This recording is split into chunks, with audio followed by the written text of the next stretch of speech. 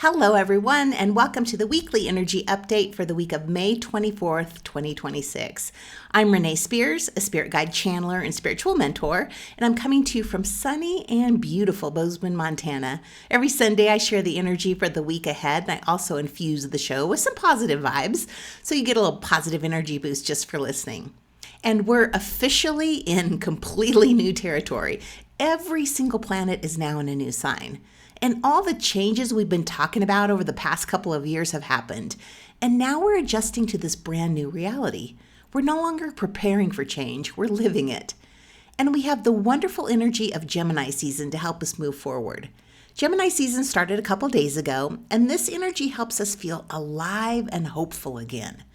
Gemini is the last month of spring when everything is blooming and moving and waking up, and you can feel it in the air. Like we're ready to get out of the house and talk to people again and take little road trips, have conversations, laugh more, and just feel inspired about the future. Gemini season is basically our 4-week permission slip to be a social butterfly. And one of the things I love the most about Gemini season is all the change. Our perspectives can change, our stories can change, the way we see ourselves can change, and our timelines can change. This Gemini season is especially important because it's the first one with Uranus now in Gemini, where it will stay until 2033. And this is huge. Like Uranus is the planet of awakening and disruption and freedom and higher consciousness. So we now have the planet of awakening moving through Gemini, the sign of the mind in communication and technology. So this means how we think, communicate, learn, teach, share ideas, and even how we experience reality is changing. Everything about us and our lives is getting an upgrade. So with Uranus in Gemini, it's so much easier to shift into this new upgraded reality. You may suddenly have new interests and new ideas and lots of synchronicities. This Gemini season is the season of synchronicities. So we're not just out here winging this new reality. We're getting a lot of help from the universe pointing us in the right direction. Books, podcasts, classes, or people may completely shift how you think about your life. So follow the breadcrumbs the universe is leaving. Follow what feels alive and fun and interesting. So there are only a couple of aspects happening this week, but they are important ones. So on Tuesday the 26th, Mars squares Pluto. And this is intense confrontational energy. There's this tension between what our ego wants and what our soul wants.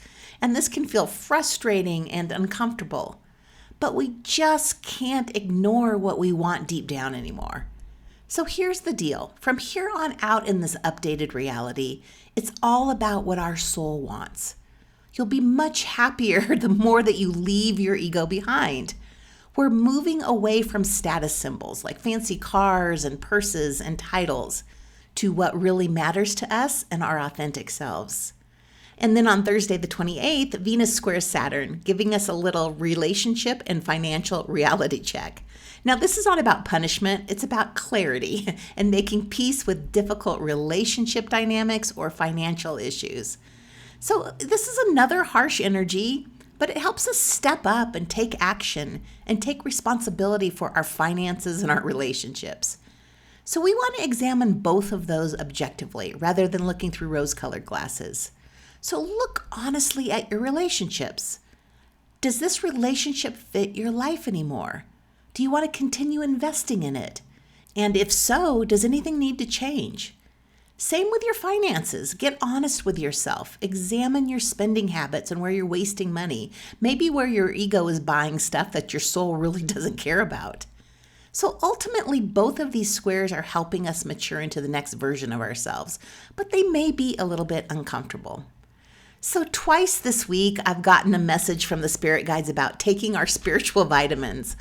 My friend Claire has been doing this thing for months where every morning she decides today is a peaceful day. So she writes it on a sticky note, she puts it somewhere, she'll see it to remind her all day. And now she's starting to notice something really cool. It's actually adding up.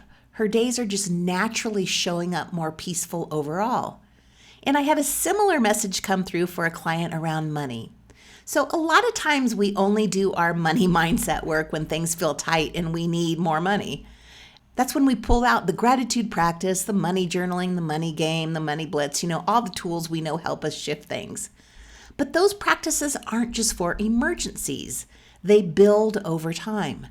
It's like taking daily vitamins. You don't wait until you're really depleted to start taking care of yourself.